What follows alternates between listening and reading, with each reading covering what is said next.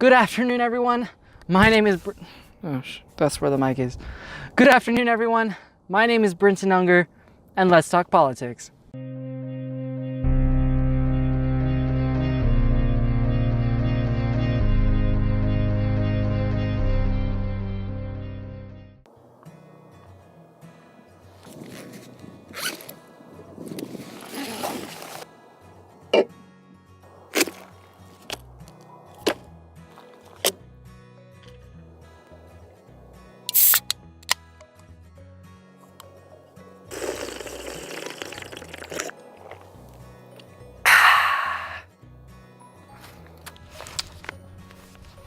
As you can tell by the title, this video is about the Oregon general election for November 6th, 2018. Now, the pamphlet does cover a list of candidates, which I will not be covering, nor will I be covering any political party statements or voting information or any of the additional pages. I am only focusing on the statewide measures, and I'm not going to be covering any local measures. Now, this video is 100% unbiased. I took extra precaution. I have an uncanny ability to take out my personal beliefs of any views that I am taking into consideration. So without further ado, the Oregon General Election 2018 Measure Summary.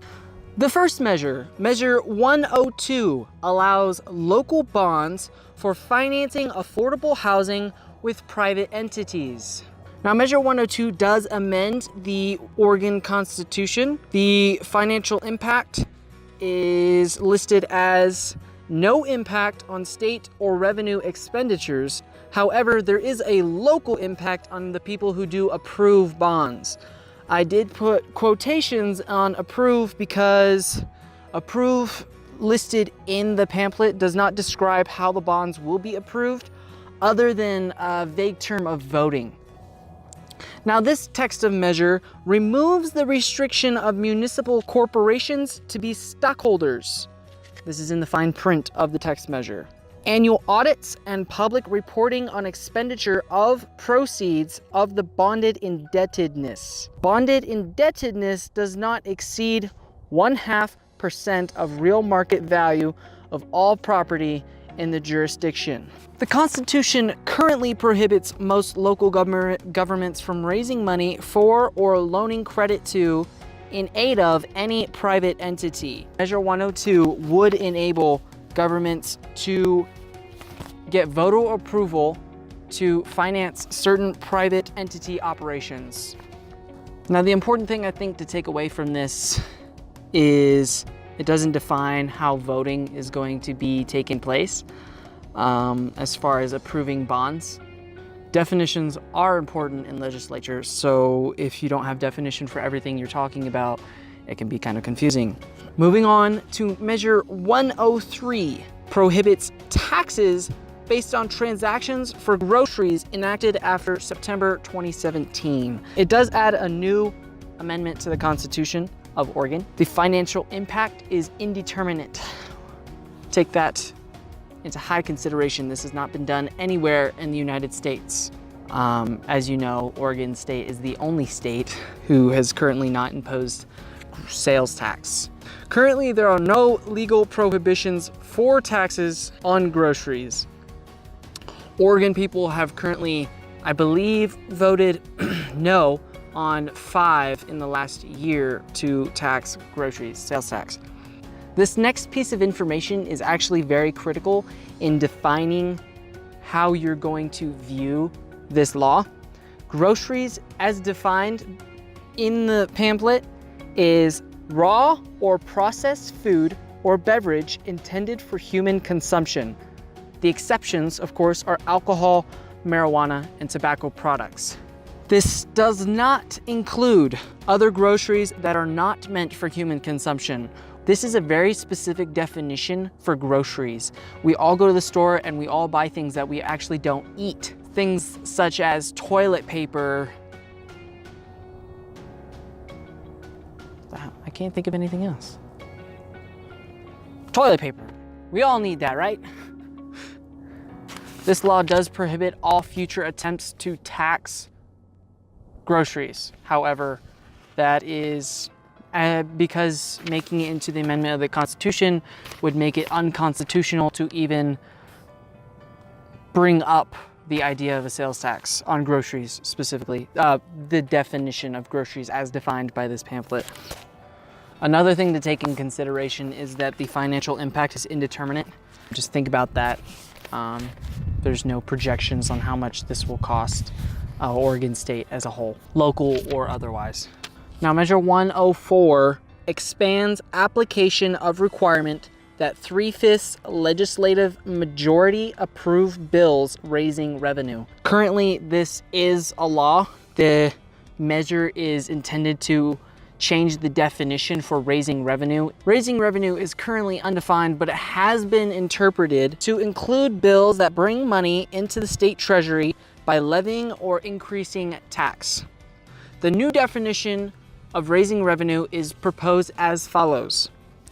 Any fee or tax increase, whether accomplished by the creation, imposition, or increase of any tax or fee, or by the modification, elimination, or change in eligibility for any exemption, credit, deduction, or lower rate of taxation. Measure 105 repeals law limiting use of states or local law enforcement resources to enforce federal immigration laws. This measure would repeal ORS 181A.820 that limits the use of law enforcement money for the following: detect or apprehend persons whose only violation of law pertains to their immigration status. Exceptions are made the moment more violations are suspected or confirmed. The text of measure defines the exceptions currently in use in Oregon law.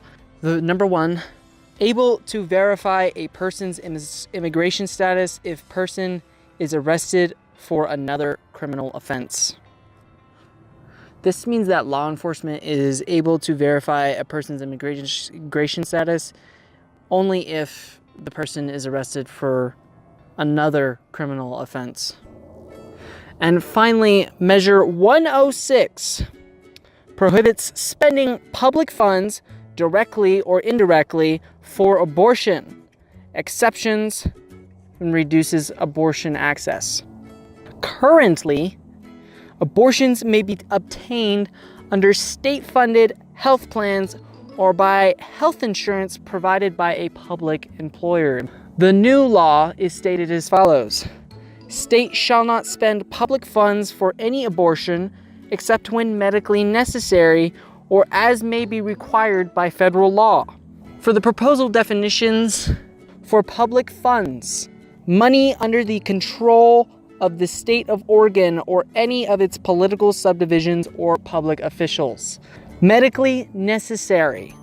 Woman suffers from physical disorder, physical injury, or physical illness that would place her in danger. The exceptions may be spent to pay for the termination of a clinically diagnosed ectopic pregnancy. Federal law provides funding for abortions in circumstances such as rape or incest. The financial impact is anticipated at $19.3 million net annual expenditures. Let me break this down for you though. The projected decrease in state government expenditures resulting by not paying for abortion is supposed to be $2.9 million. However, there is a projected increase of $22.2 million due to extra spending in healthcare, food, and nutrition because of an expected increase in births. So is this a realistic financial impact? The annual decrease is easily calculated based on current spending.